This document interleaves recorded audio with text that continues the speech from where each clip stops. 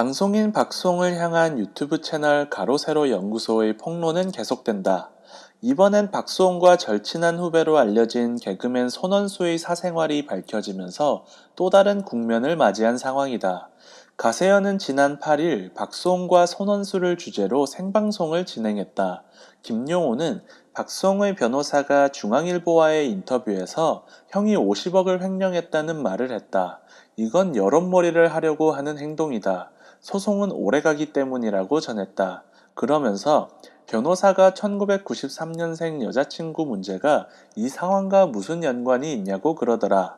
박수홍 어머니의 아파트 지분이 여자친구 앞으로 변경됐다는 말에 사생활이다. 개인 재산을 개인이 처분하는 것은 자유라고 했다. 박수홍이 효심이 남다르다 보니까 형제의 불화가 부모님의 누가 될까 걱정이 된다더라. 박수홍 아파트에 소동이 있었는데 이게 박수홍의 아버지로부터 시작된 것이라고 설명했다. 김용호는 과거 손원수가 한 방송에서 사채를 언급한 사실이 거짓이라고 했다. 그는 손원수가 사업을 하다가 사채가 생겨서 한 달에 이자만 800만 원을 냈다더라. 이렇게 보면 손원수가 나쁜 사채업자한테 당해서 고생을 한 것 같은데 이게 감성팔이고 여론몰이라고 주장했다. 이와 함께 공개된 판결문에 따르면 피고는 원고에게 1억 1천만 원과 이에 대하여 2020년 12월 26일부터 다 갚는 날까지 연 12%의 비율로 계산한 돈을 지급하라는 주문이 있다. 김용호는 최근에 있었던 일이다. 손원수가 방송 제작 사업을 하겠다고 지인에게 2억 5천만 원을 투자받았다. 문제는 사업은 안 하고 몇 년이 지나도록 투자자와 연락을 끊고 살았다. 그래서 투자자가 손원수에게 사업 진행 상황에 대해 설명을 요구했는데 잘 안 됐다고 하더라라고 밝혔다. 그러면서 손원수가 투자를 잘못한 거니까 반만 갚겠다고 했다. 이게 무슨 논리인가? 그래놓고 1억을 한 달에 300만 원씩 갚겠다고 했다. 이걸 안 갚아서 법원에 판결을 받은 것이라며 이런 상황을 가지고 방송에 나가서 사채에 시달리고 있다고 했다. 이런 손원수가 박수홍한테 붙어서 형을 공격하고 언론 플레이를 하고 있다고 전했다. 또한 김용호는 박수홍의 방탕한 생활에 팔아른 손원수 때문이라고 했다. 그는 박수홍이 원래 클럽을 다니던 사람이 아니다. 근데 손원수와 간장게장집 사위라 칭하는 일반인 남성 A씨랑 박수홍이 팀을 이뤄서 클럽을 다녔다. 그렇게 엄청 놀았다고 말했다. 이에 김세의는 클럽에서 논 내용이 범죄 수준으로 심각하다고 거들었다. 김용호는 박수홍의 사생활을 왜 자꾸 이야기하냐고 하는데 지금 굉장히 자제하고 있다. 박수홍이 빨리 정신을 차리고 형과 화해를 해서 사건을 해결했으면 좋겠다며 여론이 박수홍의 감성팔이에 당하고 있다. 시간이 지나면 소송 결과가 나온다. 그때까지 여론 플레이로 승기를 잡으려고 한다고 밝혔다. 개그맨 손원수가 20년간 스승처럼 따른 박수홍, 윤정수와 이별 선언을 해서 충격입니다. 슬픔에 윤정수는 눈물까지 흘렸는데요. 같이 알아볼까요? 12월 2일에 방송된 아이컨택트에서 윤정수가 눈을 맞추기 위해 방송에 나왔습니다. 상대는 바로 개그맨 손원수였는데요. 손원수는 마지막으로 이제 그만 헤어지자는 이별 선언을 하겠다며 운을 띄웠습니다. 윤정수는 얼마 전 남창희 씨가 형 기사가 났는데 한번 보라고 하더라. 기사를 봤는데 손원수가 박수홍, 윤정수와 연락을 끊었다는 기사였다.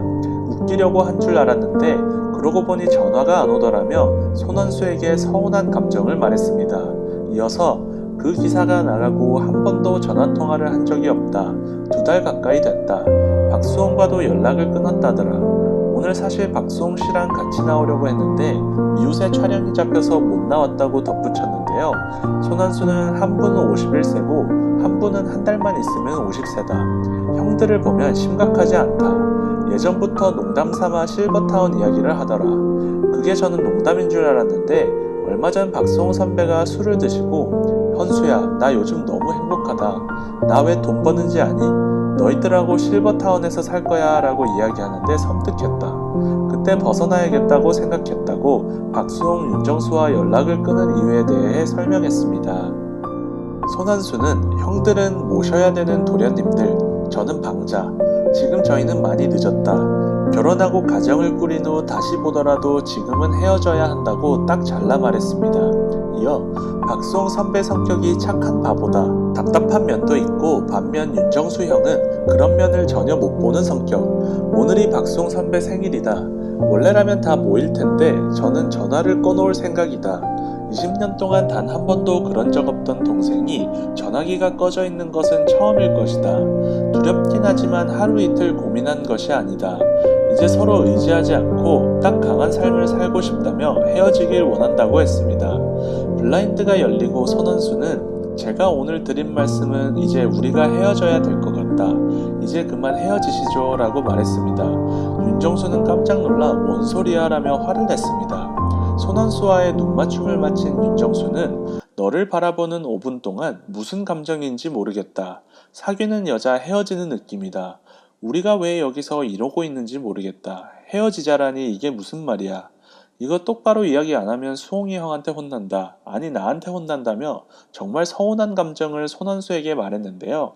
이에 손원수는 저희 셋이 20년을 넘게 붙어 다니다 보니 각자의 삶을 좀 살아야 하는데 그러지 못하고 저는 형들과 함께 살다 보니 41살이고 저도 이제 우리끼리 모이는 것은 무의미하고 그만 봐야 한다는 생각이 든다며 단호하게 말했습니다. 연락도 하지 말라는 손원수의 말에 윤정수는 그런 말을 듣고 어떻게 연락을 하겠냐? 자존심 상한다. 일단 그렇게 하고 내 생일이 2월 8일이다. 너희 생일 잘 보내고 내 생일에 잘 나타나라며 일단은 한 발짝 물러나지만 시간을 주었습니다. 손한수는 감사했습니다 라고 말한 뒤 인사를 하고 윤정수의 제안은 거절했습니다. 정말 이렇게 우정은 금이 가는 걸까요?